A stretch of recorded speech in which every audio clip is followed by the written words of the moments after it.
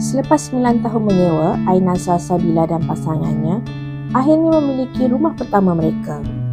Dengan bajet lebih kurang RM37,000, mereka mengubah rumah ini menjadi syurga moden contemporary organik, penuh dengan warna neutral, gaya ringkas dan sentuhan semula jadi.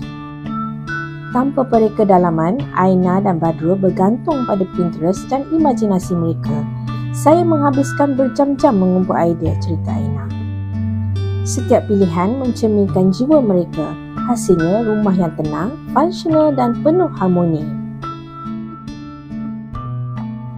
Mengubah suaian dilakukan secara berfasa. Dapur menjadi ruang kegemarannya, lapang, putih dan damai. Tempat Aina memasak dengan penuh kasih sayang. Dapur adalah ruang impian saya. Suami memberi kebebasan penuh untuk mereka bentuk dapur ini. Bagi sesiapa yang ingin mengubah rumah mereka, kisah Aina dan Badrul adalah inspirasi. Dengan kesabaran, kreativiti dan cinta, anda juga boleh mencipta syurga anda sendiri, tidak kira bajetnya. Ingat Lego, ingat impian.